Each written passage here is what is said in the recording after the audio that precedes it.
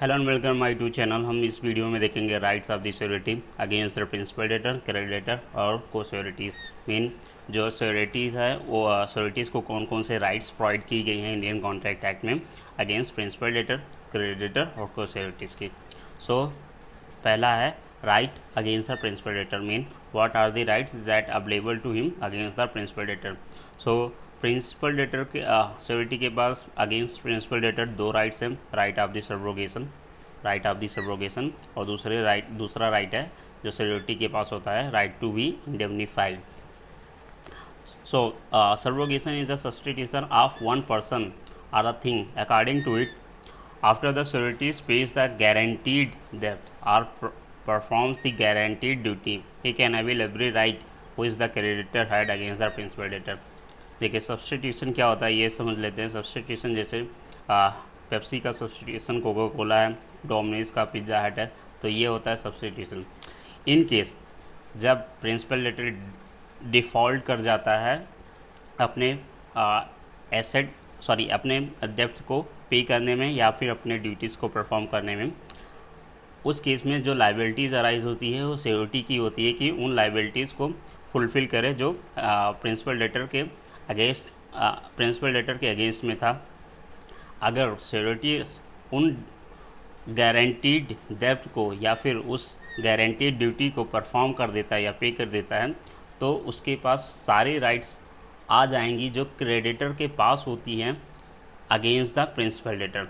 अगर surety guaranteed डेब्ट को पे कर देता है या फिर गारंटीड ड्यूटी को परफॉर्म कर देता है, तो जो क्रेडिटर के पास राइट्स होती हैं against principal debtor in case of default जो ले सकता है क्रेडिटर अगेंस्ट प्रिंसिपल डेटर, वो सारी राइट्स श्योरिटी के पास आ जाती हैं। हम इसे एग्जांपल से समझते हैं। जैसे मान लीजिए ये जो शूज़ है ये है rights against the principal debtor. मतलब अगर प्रिंसिपल डेटर डिफ़ॉल्ट करता है तो क्रेडिटर क्या क्या राइट्स ले सकते हैं वो इस शूज़ में मान लीजिए डिफ़ाइन है। मान लीजिए अगर राइट ऑफ सब्रोगेशन के हिसाब से अगर देखें, अगर प्रिंसिपल डेटर डिफ़ॉल्ट किया तो लायबिलिटी हो जाएगी श्योरिटी की कि उस डेब्ट को या फिर ड्यूटी को वो श्योरिटी परफॉर्म करें। जब श्योरिटी उन ड्यूटीज़ को परफॉर्म कर देता है या फिर उस डेब्ट को रीइम्बर्स कर देता है, तो जो श्योरिटी की राइट्स होती हैं, पहले जो श्योरिटीज़ की क्रेडिटर की राइट्स थी कि उसकी जो क्रेडिटर था उसके जो राइट्स थे वो इस शूज़ में फिट होते थे। पर जब वो श्योरिटी उन गारंटीड डेब्ट को या फिर गारंटीड ड्यूटी को परफॉर्म कर देगा, तो फिर ये जो श्योरिटीज़, ये जो सारी लीगल राइट्स होंगी अगेंस्ट द प्रिंसिपल डेटर, वो श्योरिटीज़ के पास आ जाएंगे। मतलब इस शूज़ को अब श्योरिटी वेयर करेगा। In other words the surety step into the shoes of the creditor. मतलब जो भी क्रेडिटर के पास राइट्स थे वो अब श्योरिटीज़ के पास ट्रांसफ़र हो जाएंगी। जो दूसरी राइट है, राइट टू बी इंडेमनीफाइड, जो सेक्शन 145 में डिफाइन है। In every contract of guarantee there is an implied promise by which the principal debtor indemnify the surety, and the surety is entitled to recover from the principal debtor whatever the sum he rightfully paid under the guarantee, but no sum which he had paid wrongfully। मतलब in case principal surety को कोई भी loss होता है या फिर damage होता है इन कॉन्ट्रैक्ट ऑफ गारंटी, तो उस केस में जो प्रिंसिपल डेटर है वो अंडर ऑब्लिगेशन है कि वो श्योरिटी को इंडेमनीफाई करेगा, कंपनसेट करेगा, सिर्फ उन्हीं एक्ट के लिए जो उसने राइटफुली परफॉर्म किए हैं।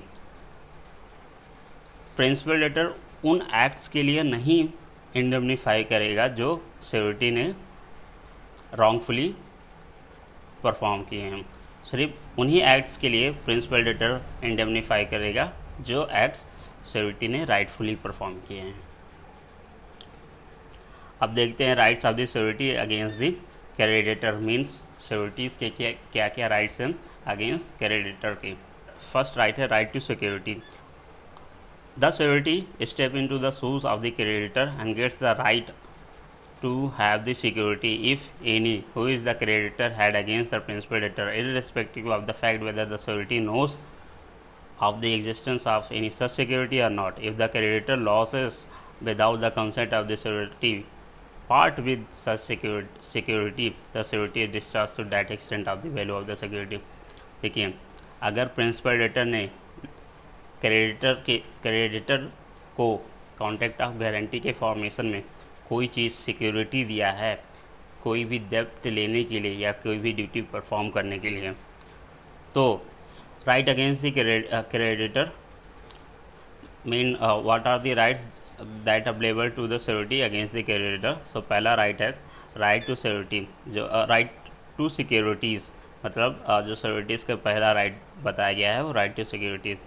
देखिए, the security step into the shoes of the creditor and get the right to have the security, if any, which the creditor had against the principal debtor, irrespective of the fact whether the security knows to the existence of such security or not. If the creditor loses or without the consent of the security part with such security, the security is discharged to that extent of the value. It's mean जिस वक्त security अपने liabilities को perform कर देता है against creditor, जो कि principal debtor के अगेंस्ट में due to the default of the principal debtor arise होते हैं.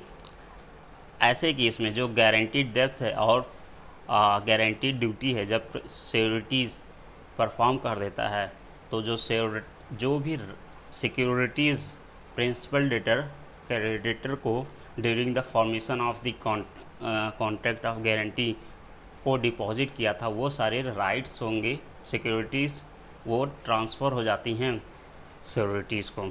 अगर इन केस अगर ये बात इमटेरियल होगी कि वो जो सिक्योरिटी प्रिंसिपल डेटर ने क्रेडिटर को दिया है, जो भी सिक्योरिटी प्रिंसिपल डेटर ने क्रेडिटर को दिया है, ये इमटेरियल हो जाएगा कि उसकी नॉलेज सिक्योरिटी को थी या नहीं.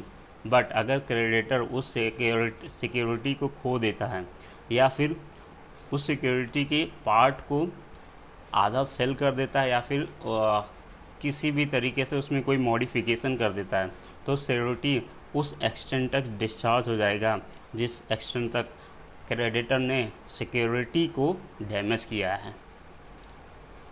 और जो दूसरा राइट है राइट टू कंपनसेट और सेट ऑफ.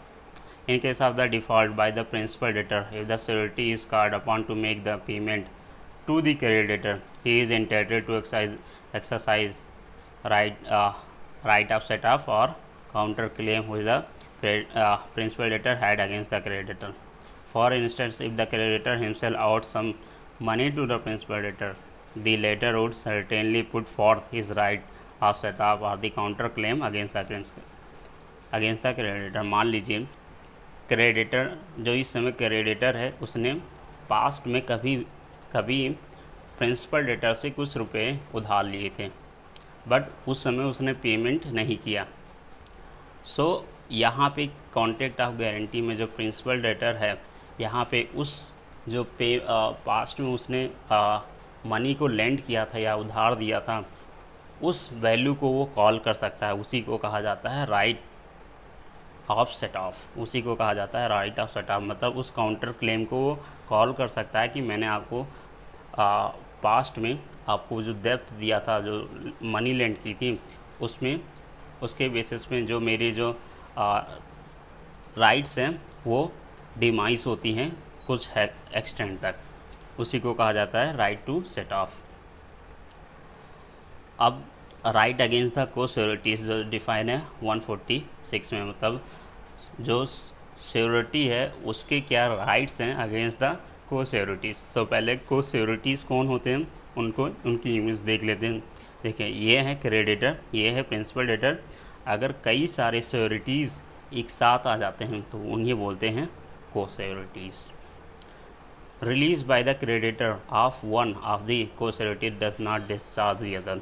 मतलब अगर क्रेडिटर किसी कॉन्ट्रैक्ट में 3 सिक्योरिटीज़ हैं, मान लीजिए इस कॉन्ट्रैक्ट में 3 सिक्योरिटीज़ हैं, अगर क्रेडिटर इस किसी भी रीज़न की वजह से वन को को सिक्योरिटी 1 को डिस्चार्ज कर देता है तो इसका ये मतलब नहीं है जो रेस्ट ऑफ सिक्योरिटीज़ हैं उन्हें भी डिस्चार्ज कर दिया गया है under contract of guarantee. Neither does it free the security so released from the responsibility of the other responsibility to the other. इसका ये भी मतलब नहीं कि जो क्रेडिटर ने इसको रिलीज़ कर दिया या फिर डिस्चार्ज कर दिया है फ्रॉम कॉन्ट्रैक्ट ऑफ गारंटी से, तो इसका ये मतलब नहीं कि जो को सिक्योरिटी नंबर 1 है ये अपने ड्यूटी से डिस्चार्ज हो गया है। ये जो भी अमाउंट पेएबल था इस क्रेडिटर को अब वो रीपे करेगा, रीएम्बर्स करेगा को सिक्योरिटी 1 इन को सिक्योरिटी 2 और को सिक्योरिटी 3 को। The co-security in the absence of the contract to the contrary are liable as between themselves to pay each an equal share of their whole debt or that part of which remain unpaid by their principal debtor। मतलब जो co-securities होंगे अगर कोई contract नहीं है कि जो securities हैं वो किस एक्सटेंट तक लाइबल होंगे in case of default of the principal debtor, तो अगर कोई इस बात को लेकर कोई कॉन्ट्रैक्ट नहीं है तो वो इक्वली लाइबल होंगे। मान लीजिए क्रेडिटर ने प्रिंसिपल डेटर को 3000 रुपये दिए थे, तो in case of default of the principal debtor ये तीनों को सिक्योरिटीज़ 1,000 रुपये क्रेडिटर को देंगे एज अ अमाउंट जो लाइबिलिटीज़ अराइज होती है against the principal debtor in regarding creditor. और या फिर अगर मान लीजिए 5,000 रुपये क्रेडिटर ने प्रिंसिपल डेटर को दिए थे, 5,000 में से जब डिफ़ॉल्ट होता है तो प्रिंसिपल डेटर क्रेडिटर को 2,000 रुपये वापस कर देता है, फिर भी 3,000 रुपये डिफ़ॉल्ट कर जाता है, नहीं पे कर पाता है। तो यहाँ पे जो ड्यूटीज़ इनकी अराइज होती है को सिक्योरिटीज़ की, वो को सिक्योरिटीज़ की ड्यूटीज़ अराइज होती है कि तीनों मिलके 1,000 रुपये को सिक्योरिटीज़ को रीपे करेंगे। सो ये होती हैं right against the co securities जो कि डिफाइन है 146 में। And this is the end of the rights of the co securities against principal debtor, creditor and the co security. Now it's time to say goodbye until we meet in the next video. Till for like, share and subscribe and stay tuned with us.